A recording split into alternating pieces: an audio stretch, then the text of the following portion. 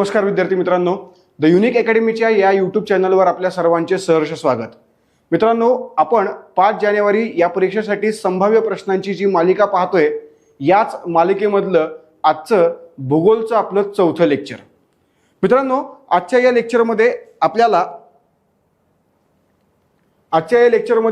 आपल्याला भारताची नदी प्रणाली, खनिज संपत्ती आणि ऊर्जा साधने याबाबतची माहिती पाहायची आहे।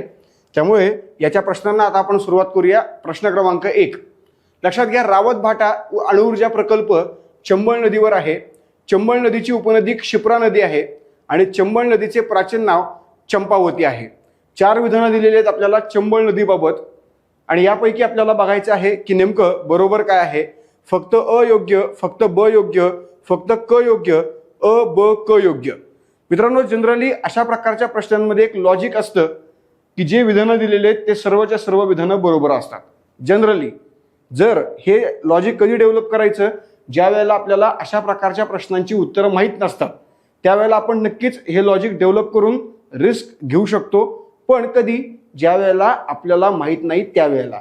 ज्या वेळेला आपल्याला माहिती आहे त्यावेळेला तर कुठल्याही प्रकारे रिस्क घ्यायची आपल्याला आवश्यकता नाही। मग या ठिकाणी लक्षात घ्या, या ठिकाणी उत्तर आहे अ ब क, तीनही योग्य आहेत। कारण रावत भाटा हा अणुऊर्जा प्रकल्प आहे राजस्थानातला, जो चंबळ नदीवरती आहे। चंबळ नदीची उपनदी अत्यंत महत्वाची क्षिप्रा, याच नदीच्या काठावरती आपल्याला पाहायला मिळतं उज्जैन। याच नदीच्या काठावरती काय, उज्जैन नावाचं शहर आहे। आणि मित्रांनो, याच नदीवरती आपल्याला कुंभमेळा देखील पाहायला मिळतो। चंबळ नदीचं प्राचीन नाव काय आहे तर चंपावती। आपल्याकडे मित्रांनो आपण जर बघितलं तर आपल्याकडच्या म्हणजेच वैदिक परंपरेमध्ये, वैदिक ग्रंथांमध्ये आपल्याला मोठ्या प्रमाणामध्ये असे प्राचीन नावं नद्यांचे पाहायला मिळतात। त्यानुसार हे उत्तर असणार आहे पर्याय क्रमांक किती तर पर्याय क्रमांक 4। चंबळ नदी यमुनेची एक उपनदी असून मध्य प्रदेशात उगम पावते। चंबळ नदीचं उपनदी क्षिप्रा आहे आणि त्याच क्षिप्रेच्या काठावर उज्जैन आहे। चंबळ नदीचे प्राचीन नाव चंपावती आहे। त्यानंतर मित्रांनो, पुढचा प्रश्न, खालीलपैकी कोणती नदी शालिग्रामी या नावाने ओळखली जाते। आता लक्षात घ्या, शालिग्रामी या नावाने ओळखली जाणारी नदी कुठली, गंडकी, घागरा, नर्मदा आणि तापी।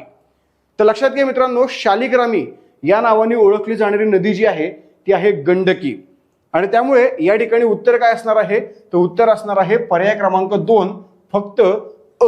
मग आता लक्षात घ्या, ही गंडकी नदी नेमकी काय आहे तर गंडकी नदी ही नेपाळमध्ये उगम पावते आणि भारतामध्ये ती गंगेला मिळते। आणि याच नदीला मित्रांनो नेपाळमध्ये शालिग्रामी या नावाने ओळखलं जातं।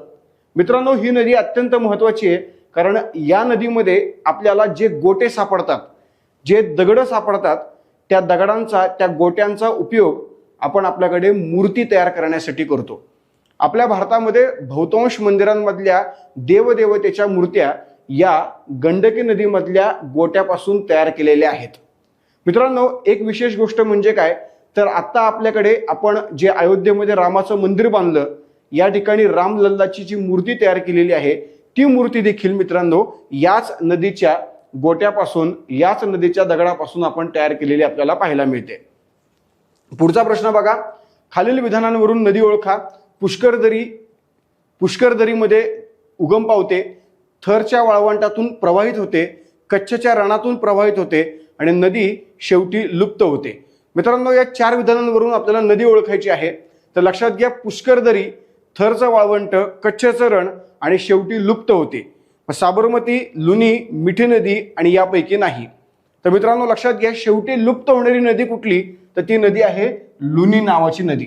मित्रांनो, ही नदी आपल्याकडे अरवली पर्वतामध्ये, अरवली नावाचा जो पर्वत आहे, या अरवली पर्वतामध्ये पुष्कर दरी आहे, या दरीमध्ये उगम पावते आणि या पुष्कर दरीमध्ये उगम पावून ही राजस्थानातनं प्रवाहित होते। राजस्थानातनं प्रवाहित होऊन ही वाळवंटामध्ये प्रवाहित होते। पुढे गुजरातमध्ये ती नदी काय करते, ती नदी कच्छच्या रणामध्ये प्रवेश करते आणि याच कच्छच्या रणामध्ये मित्रांनो जिथं दलदलीचा प्रदेश आहे, या प्रदेशामध्ये ही नदी आपल्याला लुप्त झालेली पाहायला मिळते। त्यामुळे उत्तर असणार आहे पर्याय क्रमांक किती 2। पुढचा प्रश्न बघा, ब्रह्मपुत्रा नदी दिहांग गढईमधून भारतात प्रवेश करते। सिंधू नदी नंगा पर्वताच्या जवळून पाकिस्तानात प्रवेश करते। मित्रांनो, 2 अत्यंत महत्वाच्या नद्या ज्या भारतीय उपखंडात आपल्याला पाहायला मिळतात, त्यातली एक ब्रह्मपुत्रा आणि दुसरी सिंधू। ब्रह्मपुत्रा ही जी नदी आहे ही नदी चीनमधून भारतामध्ये प्रवेश करते, तर सिंधू नावाची नदी भारतातून पाकिस्तानामध्ये प्रवेश करते. मग यामुळे लक्षात घ्या, या ठिकाणी भारतात प्रवेश करताना ती कुठून प्रवेश करते, तर दिहांग नावाच्या घळईमधनं प्रवेश करते. त्यामुळे ब्रह्मपुत्रा दिहांग घळईमधून भारतात प्रवेश करते याबाबत सांगितलेलं आहे. आणि सिंधू नदी नंगा पर्वताच्या जवळून पाकिस्तानामध्ये प्रवेश करते हे देखील सांगितलेलं आहे. आणि या दोन्ही गोष्टी बरोबर आहेत. त्यामुळे उत्तर असणार आहे पर्याय क्रमांक किती? 3.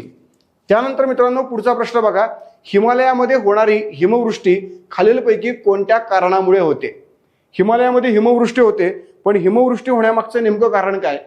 नेमकं अशी त्या ठिकाणी काय सिच्युएशन आहे की टेम्परेचर हे मायनसमध्ये असतं आणि त्या ठिकाणी आपल्याला पूर्णपणे हिमवृष्टी पाहायला मिळते. नेमकं कारण काय? मग याच्यामध्ये बघा, एकतर हिमालयाचं अक्षवृत्तीय स्थान किंवा रेखावृत्तीय स्थान किंवा हिमालयाची उंची किंवा यापैकी नाही. मग नेमकं कोणतं कारण आहे?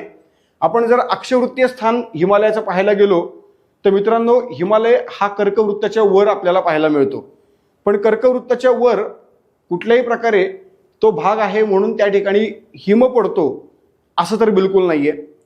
रेखावृत्तीय स्थान जर आपण बघितलं तर रेखावृत्तानुसार हिमालय हा साधारणतः पूर्व गोलार्धामध्ये आपल्याला पाहायला मिळतो.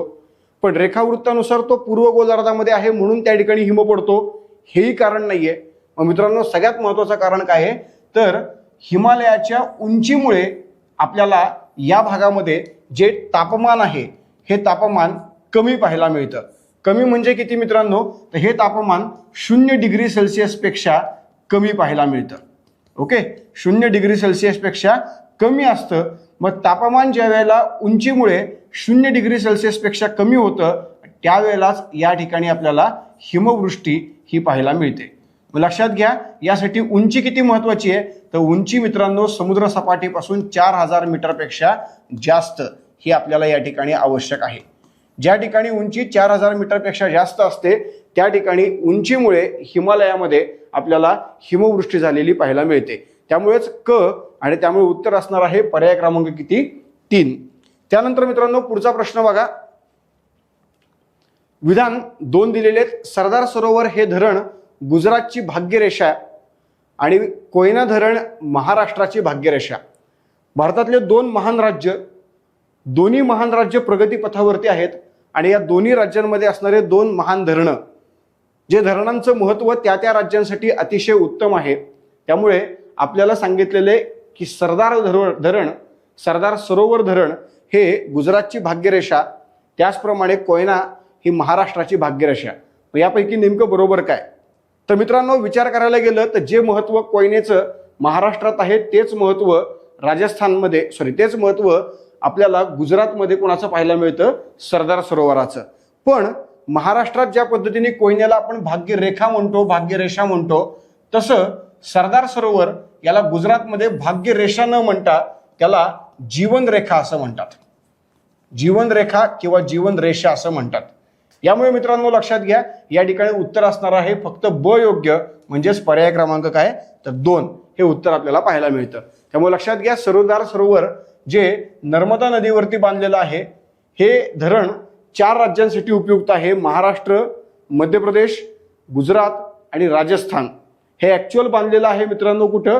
तर हे ॲक्च्युअल बांधलेलं आहे मध्य प्रदेशमध्ये. परंतु हे 4ही राज्यांसाठी महत्त्वाचं असणारं धरण आहे आणि यालाच आपण काय म्हणतो तर गुजरातची जीवनरेखा म्हणतो. तर कोयना नदीवर बांधण्यात आलेलं हे कोयना धरण याला आपण महाराष्ट्राची काय म्हणतो मित्रांनो तर भाग्यरेखा असं म्हणतो. ओके, पुढे बघा प्रश्न क्रमांक 7. खालील विधानांवरून नदी ओळखा. नदी कर्नाटक राज्यामध्ये उगम पावते आणि सोमशिला हे धरण या नदीवरती आहे. मित्रांनो थोडासा वेगळा प्रश्न देण्याचा प्रयत्न केलेला आहे, कारण कधी कधी MPSC कंबाईन यामध्ये आपल्याला आउट ऑफ द बॉक्स अशा प्रकारचा एखादा प्रश्न येऊ शकतो. मग अशा प्रकारचा जर प्रश्न आला तर गोंधळून जायचं नाहीये, उत्तर सोडवण्याचा प्रयत्न करायचा आहे. यासाठी अशा प्रकारचा हा प्रश्न आपल्याला टाकण्याचं काम केलेलं आहे. लक्षात घ्या, नदी कर्नाटक राज्यात उगम पावते आणि सोमशिला धरण या नदीवरती आहे. आता या नदीवरनं तर आपल्याला उत्तर किंवा या विधानावरनं तर उत्तर लिहिता येणार नाहीये, पण नदी कर्नाटक राज्यात उगम पावते यावरनं मात्र आपण नक्कीच बघू शकतो. मग पेन्नार आहे, कावेरी आहे, तुंगभद्रा आहे, यापैकी नाही. तर मित्रांनो हे तर उत्तर चुकीचंच आहे, कारण काही संबंधच नाहीये. पण तुंगभद्रा ही देखील कर्नाटकातली आहे, पेन्नार ही देखील कर्नाटकातली आहे. मग अशा वेळेला या दोघांपैकी काय उत्तर, तर या दोघांपैकी उत्तर असणार आहे मित्रांनो काय, तर पेन्नार नदी. ही जी पेन्नार नदी आहे मित्रांनो, ही पेन्नार नदी आपल्याला कर्नाटकामध्ये उगम पावलेली पाहायला मिळते. कर्नाटकामध्ये नंदी नावाची टेकड्यात, या नंदी टेकड्यांमध्ये आपल्याला ही नदी उगम पावलेली पाहायला मिळते. आणि याच नदीवरती आपल्याला सोमशिला हे दक्षिण भारतामधलं जे एकदम महत्वाचं धरण आहे, असं हे दक्षिण भारतातलं महत्वाचं धरण या नदीवरती आपल्याला पाहायला मिळतं. कुठे पाहायला मिळतं, तर आंध्र प्रदेशमध्ये हे धरण पाहायला मिळतं. पण नदीचा उगम मात्र कुठे आहे मित्रांनो, तर कर्नाटकामध्ये. त्यामुळे या पद्धतीची ही महत्वाची नदी पेन्नार उगम कर्नाटकात आणि सोमशिला महत्वाचं धरण आंध्र प्रदेशमध्ये आपल्याला पाहायला मिळतं. त्यानंतर मित्रांनो पुढे बघा, आपल्याला विचारलेले अयोग्य जोड्या लावा. नीट प्रश्न बघा आणि त्याप्रमाणे उत्तर लिहा. आयोग देखील अशा प्रकारचे प्रश्न विचारतं. पण यावेळेला मित्रांनो आपण जर नीट प्रश्न बघितला, प्रश्नाचं नीट वाचन केलं, घाई असते, गडबड असते, भीती असते, दडपण असतं, सगळं काही मान्य आहे. पण मित्रांनो अशा वेळेला जर आपण थोडंसं काळजीपूर्वक अशा पद्धतीने त्या प्रश्नाकडे बघितलं तर उत्तर चुकण्याची शक्यता खूप कमी असते. त्यामुळे लक्षात घ्या मित्रांनो, अयोग्य जोड्या लावा. यामध्ये आपल्याला अयोग्य जोडी फक्त काय करायची आहे, ओळखायची आहे. मग आता याच्यामध्ये रावी वितस्ता, बियास विपाशा, त्यानंतर झेलम वितस्ता, चिनाब अक्सिनी. तर मित्रांनो याच्यामध्ये आपल्याला एक गोष्ट कळाली पाहिजे की बियास विपाशा बरोबर आहे, झेलम वितस्ता बरोबर आहे, चिनाब अक्सिनी बरोबर आहे. पण मित्रांनो रावी वितस्ता ही चुकीचं आहे, कारण रावी या नदीचं जुनं नाव जे आहे ते नाव आहे पौरुष्णी. ओके, पौरुष्णी हे नाव आपल्याला रावी नदीचं जुनं नाव पाहायला मिळतं. वैदिक कालखंडामध्ये आपल्याकडच्या वेदांमध्ये लिहिल्याप्रमाणे आपण आपल्या या नद्यांची प्राचीन काळामध्ये काय नावं असू शकतात हे शोधून काढलं आणि त्याच्या आधारावरती ही प्राचीन नावं आपल्याला पाहायला मिळतात. त्यामुळे या ठिकाणी उत्तर असणार आहे फक्त अ, म्हणजेच पर्याय क्रमांक 1. यामध्ये लक्षात घ्या, रावी, पौरोष्णी, बियास, विपाशा, झेलम, वितस्ता आणि चिनाब अक्सिनी या नद्या आपल्याला या ठिकाणी पाहायला मिळतात, सिंधूच्या उपनद्या आणि त्यांची ही प्राचीन नावं. पुढे बघा मित्रांनो, खालील विधानांवरून नदी ओळखा. ईशान्य भारतातील अतिपूर्वेकडील सिलचर हे शहर या नदीच्या काठावर आहे. नदी मणिपूर, मिझोरम आणि आसाम राज्यातनं प्रवाहित होते आणि नदी पुढे बांगलादेशामध्ये प्रवेश करते. मग ब्रह्मपुत्र आहे, दिहांग आहे, बराक आहे, लोहित आहे. आता आपल्याला बऱ्यापैकी माहिती आहे लोकांना की मित्रांनो, ज्या वेळेला अतिपूर्व भागामध्ये सिलचर, आसाममधल्या सिलचरचा आपण विचार करतो, त्यावेळेला मित्रांनो लक्षात घ्या, या भागातनं वाहणारी नदी कुठली आहे, तर ती नदी आहे बराक नावाची नदी. महत्वाची नदी आहे, भारतातल्या सर्वात स्वच्छ सुंदर नद्यांपैकी एक नदी आहे. जर आपण होडीने प्रवास केला तर आपल्याला अगदी वर बसल्यानंतर आतमध्ये खाली तळापर्यंत काय काय आहे हे सर्व काही सुस्पष्ट पद्धतीने दिसतं. अशा प्रकारची ही नदी मित्रांनो ईशान्य भारतामधली महत्वाची नदी असून मणिपूर, मिझोरम, आसाम या राज्यातनं प्रवाहित होते आणि पुढे ही नदी कुणाला जाऊन मिळते, तर ही नदी पुढे जाते बांगलादेशामध्ये. आणि ज्यावेळेला ही नदी बांगलादेशात जाते मित्रांनो, त्यावेळेला ती नदी सुरमा या नदीला जाऊन मिळते, किंवा आपल्याकडच्या नदीचं नाव सुरमा हे बांगलादेशमध्ये आपल्याला पाहायला मिळतं. तर अशा प्रकारची ही बराक नावाची नदी. पुढे बघा, योग्य जोड्या लावा. आता मित्रांनो आपल्याला जे लोहखनिज आहेत त्या लोहखनिजांचे प्रकार दिलेले आहेत आणि या लोहखनिजाचे प्रकार आणि त्या प्रकाराचा रंग ह्याच्या जोड्या लावायच्या आहेत. ह्याच्यामध्ये तुम्हाला हेमेटाईट, मॅग्नेटाईट, लिमोनाईट, सिडेराईट हे दिलेलं आहे आणि याच्यामध्ये पिवळा रंग, लाल रंग, काळा रंग, राखाडी रंग अशा प्रकारचे रंग दिलेले आहेत. मित्रांनो लक्षात घ्या, हेमेटाईट, मॅग्नेटाईट, लिमोनाईट, सिडेराईट ह्याच्यामध्ये जर आपण बघितलं तर अत्यंत महत्वाचं अशा प्रकारचं हेमेटाईट, ज्याचा रंग हा आपल्याला लाल पाहायला मिळतो. त्यानंतर मित्रांनो मॅग्नेटाईट, त्याचा रंग हा आपल्याला काळा पाहायला मिळतो. लिमोनाईट, त्याचा रंग पिवळा. तर सिडेराईट, ज्याचा रंग हा आपल्याला राखाडी पाहायला मिळतो.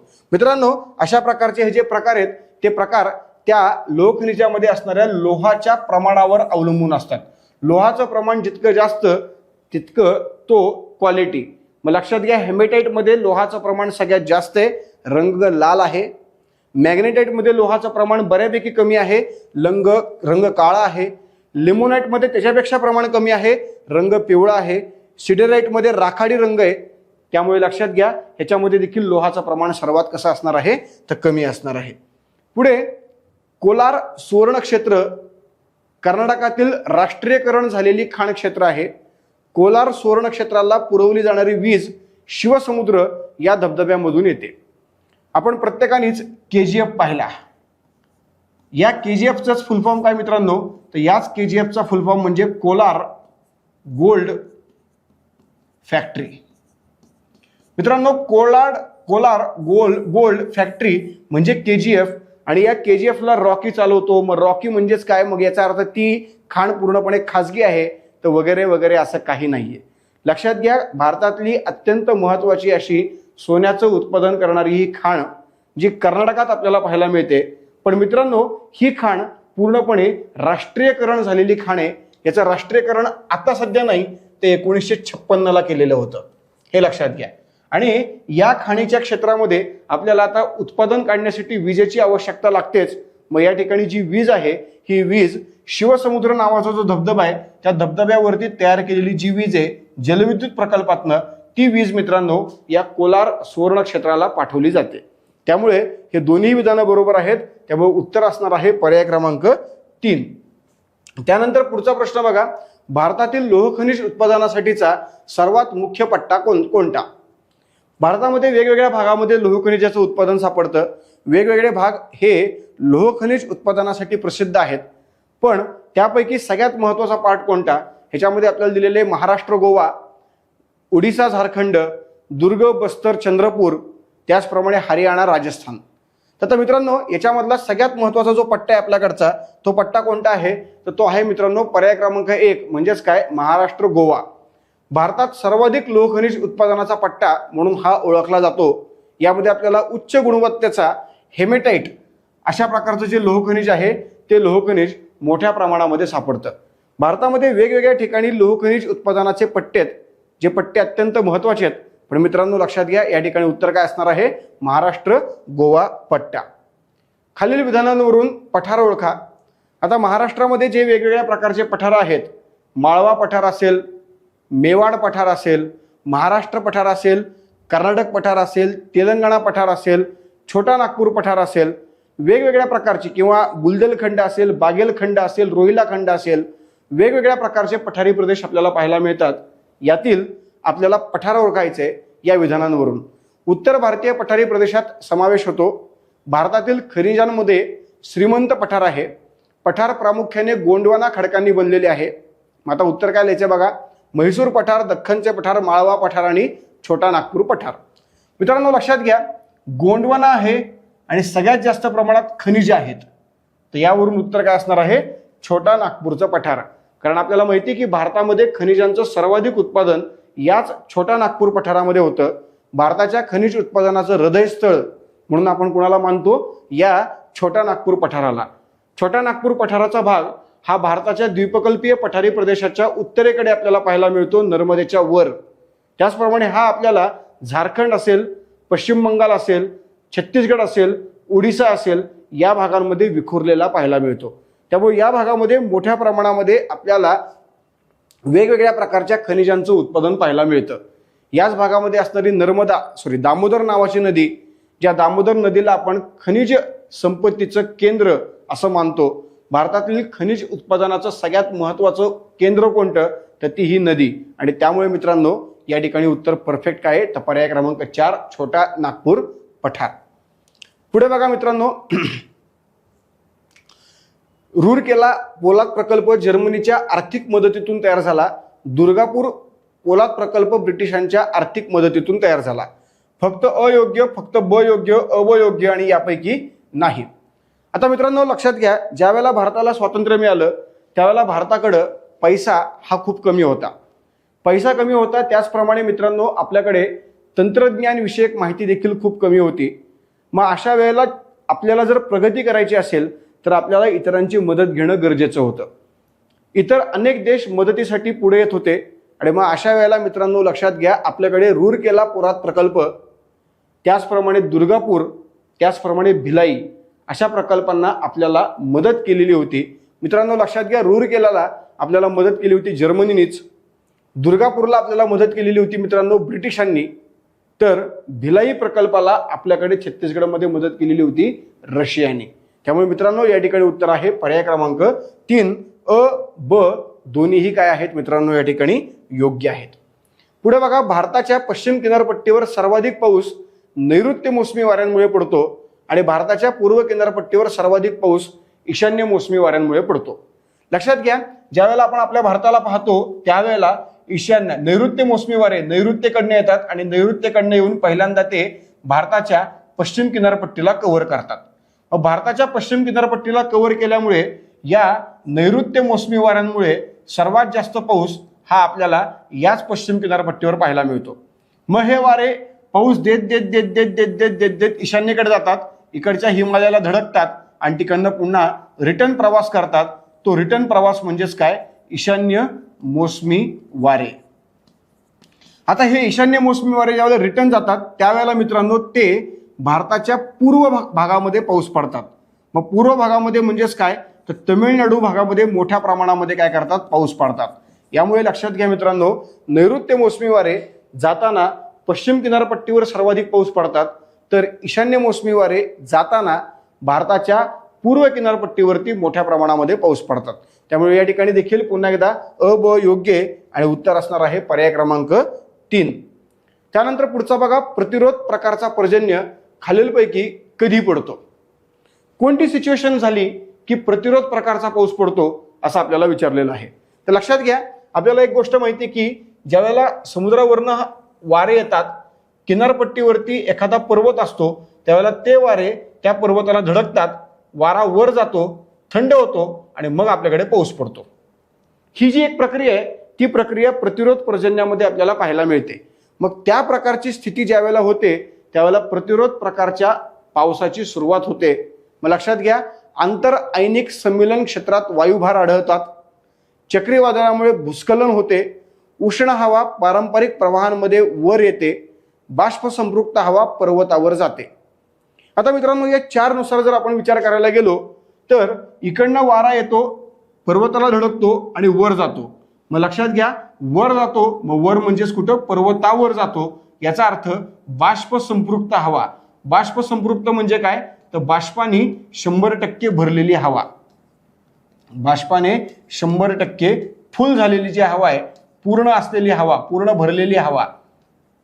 तर ही हवा जी आहे मित्रांनो, ती हवा पर्वताला धडकते, पर्वताच्या वर जाते, थंड होते आणि मग आपल्याकडे जोरदार पाऊस पडतो. यालाच आपण म्हणतो प्रतिरोध प्रकारचा पाऊस. त्यामुळे या ठिकाणी उत्तर असणार आहे पर्याय क्रमांक 4. ओके, पुढे बघा, उन्हाळ्याच्या शेवटी होणारे पर्जन्य खालीलपैकी कोणत्या नावाने ओळखले जाते? मित्रांनो भारतामध्ये पाऊस हा पावसाळ्यात पडतो, अगदी बरोबर आहे. परंतु पाऊस हा जरी पावसाळ्यात पडत असला तरी देखील उन्हाळ्यामध्ये कडक उन्हामुळे त्या काळातलं जे पीक आहे ते पीक धरून राहावं, तगून राहावं, त्याचं उत्पादन चांगल्या प्रकारे यावं, यासाठी उन्हाळ्यामध्ये शेवटी का होईना आपल्याकडे एक पाऊस पडतो, जो कंपल्सरी असतो, जो कुठल्याही प्रकारे आपल्याकडे उगीच पडलाय म्हणून पडलेला आहे, ज्याला अवकाळी पाऊस आपण मानतो असं काही नाहीये. तो पाऊस रुटीन प्रोसेस प्रमाणे पडत असतो.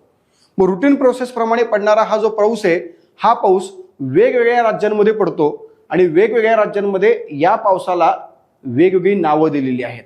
कारण वेगवेगळ्या राज्यांमध्ये पडणारा हा जो पाऊस आहे तो त्या राज्यातल्या पिकांना, फळांना, त्यांच्या उत्पादनांच्या वाढीसाठी अत्यंत महत्त्वाचा असतो. त्याच्या आधारावर त्याला नावं दिलेली आहेत. मग जसं की आपल्याकडे कालबैसाखी आहे, आम्रसरी आहे, वळवाचा पाऊस आहे, चेरी ब्लॉसम आहे. म्हणजेच आपल्याकडे उन्हाळ्याच्या शेवटी पडणारे जे पाऊस आहेत ते हे 4ही प्रकारातले आहेत. म्हणजेच उत्तर असणार आहे अ ब क ड पर्याय क्रमांक 4. आता हे 4ही प्रकारातले पाऊस कुठं पडतात? मग लक्षात घ्या, या 4ही प्रकारातल्या पावसांमध्ये जर कालबैसाखी आपण म्हणलं तर हा आपल्याला पंजाब आणि पश्चिम बंगालमध्ये पाहायला मिळतं. कालबैसाखी आपण बघितलेलंच आहे.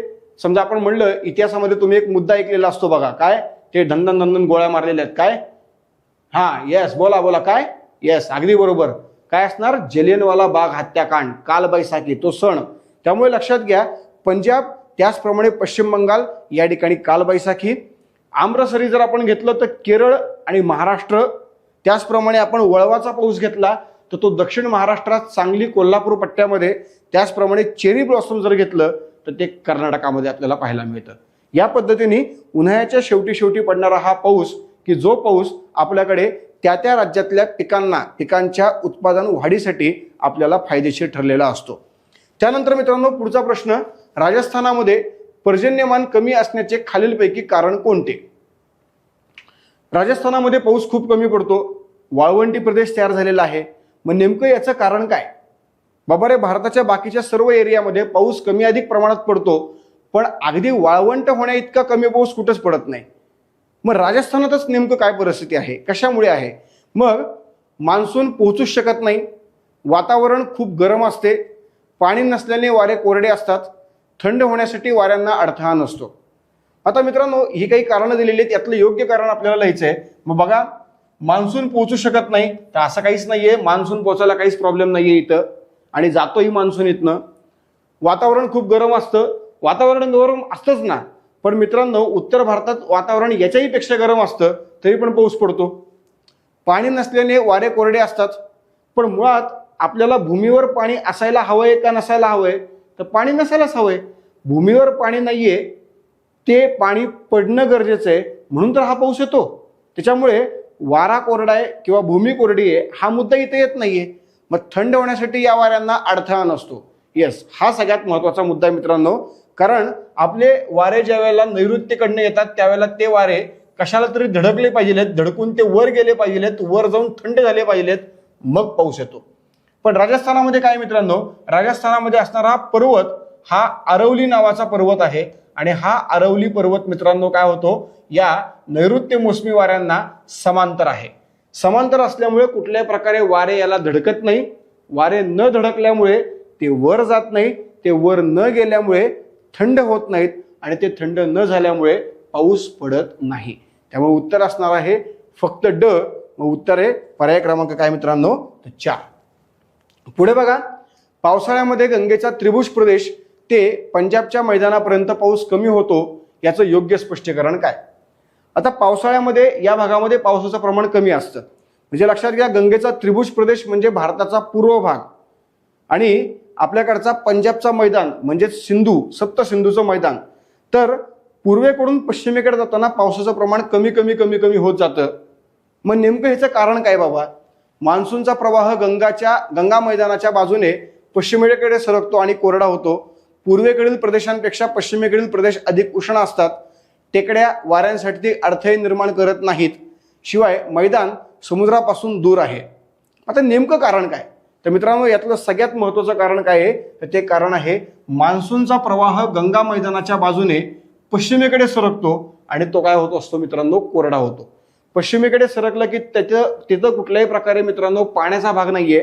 पाण्याचा भाग नसल्यामुळे, जमिनीचा भाग असल्यामुळे हा कुठल्याही प्रकारे बाष्पीभवन करू शकत नाही, आणि त्यामुळे हा पूर्णपणे उष्ण आणि कोरडा अशा प्रकारे आपल्याला पाहायला मिळतो. याचमुळे या भागामध्ये म्हणजेच उत्तर भारतीय मैदानी प्रदेशामध्ये पश्चिम भागामध्ये पावसाचं प्रमाण कमी असतं, आणि जसजसं पश्चिमेकडून पूर्वेकडे आपण जातो तसं पावसाचं प्रमाण मित्रांनो वाढलेलं असतं.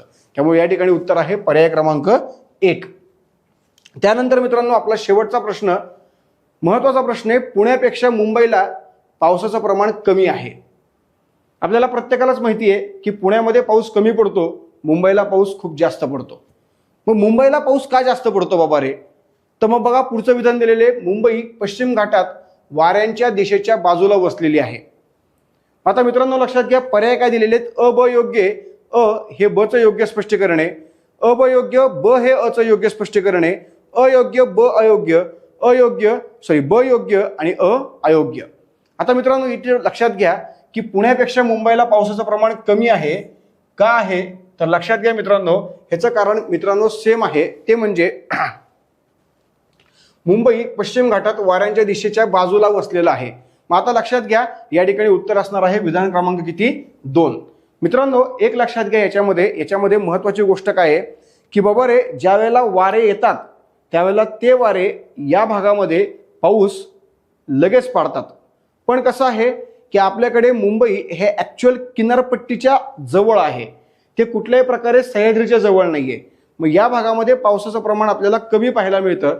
पण जसं आपण सह्याद्री क्रॉस करतो किंवा सह्याद्री क्रॉस करायला जातो, वर जातो, तसं ते वारे थंड होतात, आणि वारे थंड झाले की मग आपल्याकडे पावसाचं प्रमाण काय होतं मित्रांनो, वाढत जातं. आणि त्याच्याचमुळे मित्रांनो लक्षात घ्या की आपल्याला मोठ्या प्रमाणामध्ये पाऊस हा काय पाहायला मिळतो, तर पुण्यापेक्षा मुंबईला कसा, तर कमी, म्हणजे पुण्यामध्ये जास्त आणि मुंबईला कमी, अशा पद्धतीने हा पाऊस पाहायला मिळतो. आता तुम्ही म्हणाल काय मास्तर, मुंबईला तर पाऊस जास्त असतो. अगदी बरोबर आहे, परंतु ॲज कम्पेअर्ड टू अख्खा पुणे जिल्हा मुंबईच्या पावसाचं प्रमाण कसं असतं, कमी असतं. प्रॉब्लेम एकच आहे मुंबईमध्ये की मुंबईमध्ये प्रचंड प्रमाणामध्ये आपल्याकडे समुद्राच्या लाटा या मुंबई शहराकडे येत असतात आणि त्यामुळे मुंबईमध्ये पाऊस पडला, थोडा जरी पाऊस पडला की पाणी साचतं आणि मुंबई तुंबई होते. यामुळे मुंबईच्या पावसाचं प्रमाण आपल्याला नेहमीच पुण्यापेक्षा कसं वाटतं, जास्त वाटतं. यामुळे मित्रांनो हे उत्तर या ठिकाणी गरजेचं आहे. सो या पद्धतीने आपले प्रश्न 20. मित्रांनो आजपर्यंत आपण आपल्या ठरलेल्या टॉपिक प्रमाणे 4 टॉपिक आपण कव्हर केलेले आहेत. या 4 टॉपिक नंतर मित्रांनो आता आपला जो पुढचा टॉपिक असणार आहे, त्या पुढच्या टॉपिक पासून आपण आपल्या महाराष्ट्राला सुरुवात करणार आहोत. महाराष्ट्रातल्या प्रत्येक टॉपिकवरचे संभाव्य प्रश्न, संभाव्य प्रश्नांची यादी आणि त्या प्रश्नांचं डिस्कशन हे आपण पाहणार आहोत. मित्रांनो या व्हिडिओमध्ये इथंच थांबूया. तत्पूर्वी मित्रांनो सर्वांना धन्यवाद.